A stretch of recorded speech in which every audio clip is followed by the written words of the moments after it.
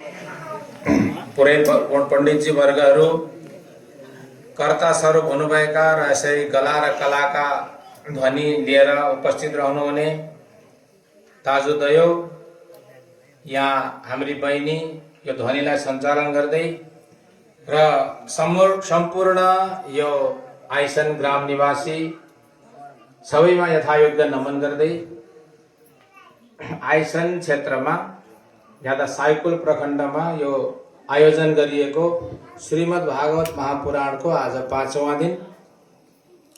अहिले हामी सन्ध्याकालीन सत्र बेलुकाको सायंकालको समयमा उपस्थित छौं। आज महात्म्यको आज तेस्रो दिन, चौथो दिन। आज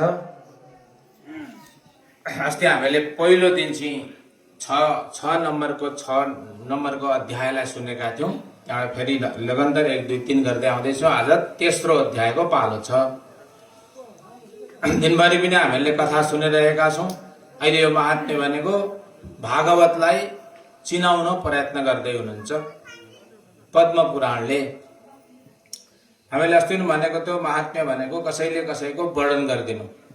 आफूले मै हुँ, सबै मैले गरेको, यस्तो सबै मैले गरे भन्नुभन्दा अर्काले यो फलानाले चाहिँ गरेको है यो काम चाहिँ भनेर अर्काले भनिदियो भने, अर्काले गुणगान गाइदियो भने चाहिँ अझै श्रेष्ठ हुन्छ। यो उदाहरण पनि यो हामीले एउटा ज्ञान पनि पाइँदछ। त्यसकारणले आफूले मैले गरेको त जे पनि हुन्छ, अर्काले देखिदियो राम्रो सत्कर्म यसले चाहिँ गरेको छ भन्ने भयो भने चाहिँ त्यसको चाहिँ राम्रो हो। यस्तो सिद्धान्त, यस्तो विचार चाहिँ लिनु पर्दछ।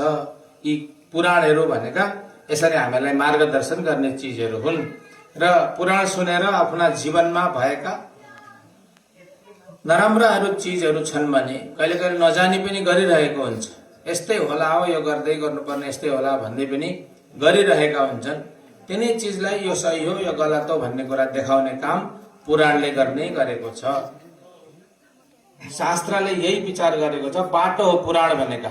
तपाईलाई यो बाटो हिँडिस् भने तैले सुख पाउँदछस्, यो बाटो गइस् भने दुःख पाउँदछ। यी बाटा चिनाइदिने काम हो। चिनाइदिसकेपछि, बाटो चिनिसकेपछि, आफ्नो लक्ष्यलाई देखिसकेपछि फेरि त्यो देखाउने अम्लो चाहिँदैन। जस्तो यहाँबाट अगाडिको डाँडो कहाँ हो भनेर सोधो भने अम्लो देखाइन्छ। यसरी यो फलानो डाँडो चाहिँ यो हो भनेर चिनाइन्छ। तर त्यो आफूले देखेको जुन हेर्दै गरेको जुन पहाडलाई, डाँडोलाई देखेपछि चाहिँ फेरि अम्लो हेर्नु पर्दैन। सिधै त्यो डाँडो हेर्दा हुन्छ। कसैको घर कहाँनेरि छ भनेर यहाँ हेमन्त दाजुको घर कहाँ छ भन्नु भने यहाँनिर पर्तिर हो भनेर देखाइन्छ। अब त्यो घर देखिसकेपछि चाहिँ फेरि यो अम्लो हेरिराख्नु पर्दैन, किनभने घर देखियो। यस्तै यो पुराणले पनि तपाईलाई एउटा लक्ष्य देखाउँदछ। त्यो लक्ष्य देखिसकेपछि चाहिँ अब शास्त्रको प्रयोजन छैन।